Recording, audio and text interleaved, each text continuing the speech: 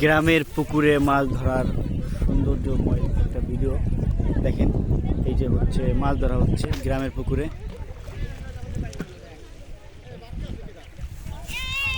আসলে না, এখানে সরজমিনে এসে মাছ ধরলে আপনি বুঝতে পারবেন আসলে এটার মধ্যে কতটা আনন্দময় একটা পরিস্থিতি সৃষ্টি হয়ে আছে। কারণ মাছ ধরার মজাই আলাদা। মানে মাছ হচ্ছে একটা লোভনীয় জিনিস, এটা ধরতে একটা নেশা হয়ে যায়। মাছ ধরার নেশাটাই আলাদা। আসলে দেখছেন প্রচুর সুন্দর একটি পরিবেশ। আসলে লোভ হচ্ছে না আপনাদের মাছ ধরার? ওই দেখছেন সবাই মাছ ধরে, মাছ ধরছে, মাছ ধুইতেছে, আবার ওইখানে মাছ ধরা হচ্ছে এখনও।